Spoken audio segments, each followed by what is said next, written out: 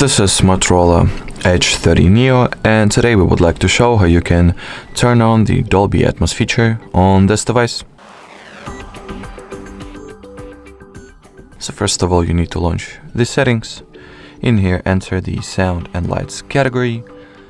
Next, find the Dolby Atmos section that is located right below the alarm volume bar. And once in here, just go into the settings and choose what mode you would like to use. As for the Dolby Atmos, so you can go for the smart audio, music, movie, game, podcast, or set up some custom one. Alrighty, so that would be it for this video. Thank you so much for watching, and bye bye.